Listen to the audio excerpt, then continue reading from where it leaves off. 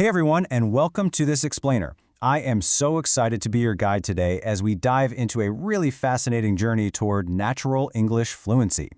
Whether you're a total novice or, a highly informed learner just trying to polish up your everyday conversation, understanding the structure of verbs is basically your superpower. So today, we're going to take some of the absolute most common stumbling blocks in the English language and completely demystify them. So, have you ever caught yourself wondering, wait, am I supposed to say I forgot sending the email, or is it I forgot to send the email? Or maybe you've paused right in the middle of a sentence, totally frozen, wondering if it's I enjoy reading or I enjoy to read. Listen, if those questions make you second-guess yourself, I want you to know you are absolutely not alone. These little grammatical hurdles are completely normal. But here's the secret. Mastering them transforms these exact stumbling blocks into incredibly powerful tools for sounding fluent, confident, and perfectly natural in your daily life. Okay, let's quickly look at our roadmap for today.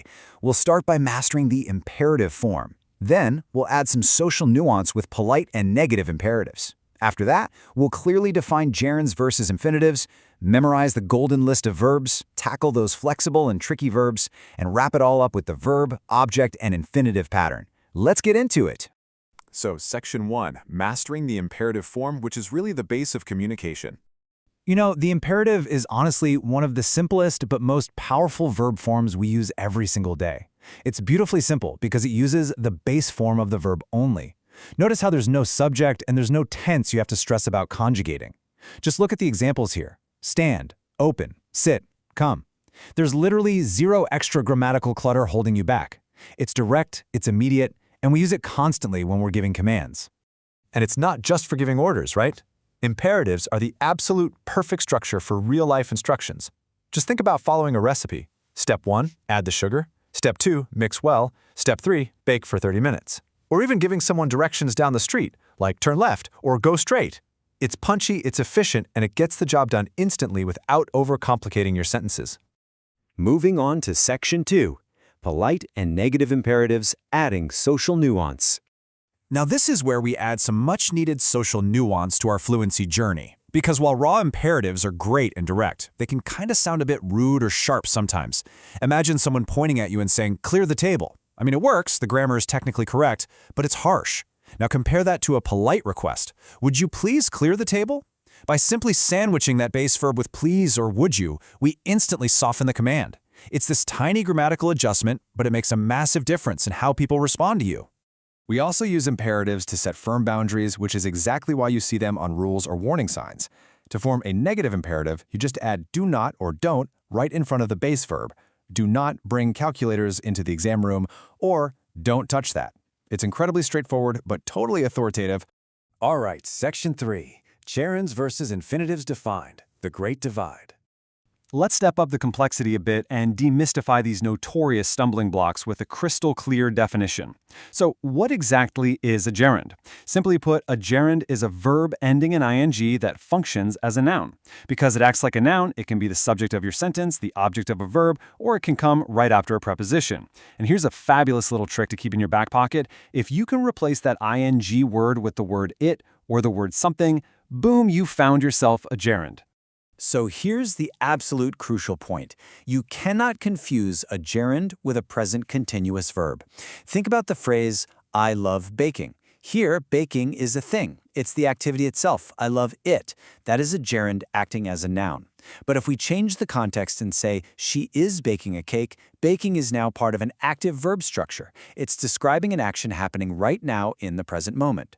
Seeing this difference visually is key to really understanding how gerunds operate as objects. Which brings us to Section 4. The golden list verbs. These are your non-negotiable gerunds. These are your non-negotiables. And honestly, this might be the most important list you memorize today. Certain verbs absolutely must be followed by a gerund. It's not a choice. There are literally no exceptions. To make this super easy, I love this actionable memory trick. Mr. Doctor, M for mind, D for delay, P for practice, M for miss, A for avoid, R for risk, R for recommend, and finally R for resist. When you use any of these verbs, a gerund is mandatory. For instance, I avoid eating too much sugar, or I miss seeing my family. Burn this Mr. Doctor acronym into your brain and you're going to sound incredibly natural. All right, Section 5, flexible and tricky verbs, where it's all about precision and meaning. This is kind of the most advanced leg of our journey, where we really dial into precision. But first, some good news. You can totally relax with our flexible verbs. Verbs like begin, start, continue, like, and love can be followed by either a gerund or an infinitive, and the meaning stays exactly the same. It started raining, or it started to rain. Both are perfectly correct, and honestly, we use them interchangeably in everyday conversation. So give yourself some grace here. You're very unlikely to make a mistake with these. But what's really fascinating is the dramatic meaning shift that happens with our tricky verbs. Take the verb stop, for example. Using a gerund means quitting an activity altogether. He stopped smoking, meaning he quit the habit completely. But an infinitive means pausing one action to begin another. He stopped to smoke. He literally paused his walking or his working just to have a cigarette. One tiny grammar shift, and you have two totally different realities. And that same dramatic shift happens with remember and forget. This actually answers our hook from the very beginning of the explainer. Gerunds connect to past memories. So I forgot locking the door means you actually did lock it in the past, but you lost the memory of doing it. Infinitives, on the other hand, point forward to tasks you needed to do. I forgot to lock the door means you completely failed to perform the action. We make this exact distinction all the time when we talk about our mistakes. Let's see how this builds with the verb try. Say your computer completely freezes up. Someone might say, try restarting it. Using the gerund here means you're experimenting with a method just to see if it solves a problem. But if you say, I'm trying to learn Japanese, using the infinitive, you're expressing a difficult effort or an attempt at something highly challenging. Experimenting versus making an effort, it's such a brilliant distinction that adds so much depth to your sentences. Wrapping up our tricky verbs, we have regret. Using a gerund here is all about feeling sorry over a past action. I regret telling him the secret. But the infinitive form creates this highly formal, polite structure. Just imagine opening a formal letter and reading, "We regret to inform you." That infinitive phrase is almost exclusively reserved for officially delivering bad news, like a rejected application or a canceled flight. And finally, Section 6, verb, object, and infinitive. I like to call this the persuasion pattern.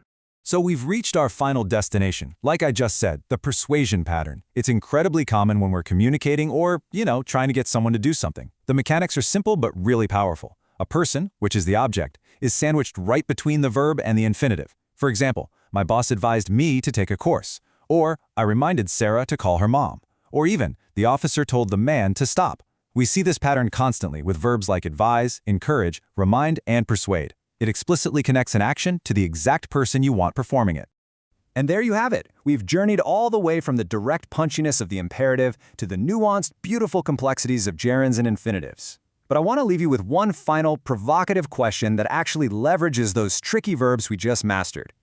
You've unlocked the rules today, for sure, but will you remember to practice them, or will you just remember learning them? I challenge you as focused learners to listen for these structures in movies, in your conversations, and most importantly, intentionally practice them in your own life. Keep building that fluency and happy learning.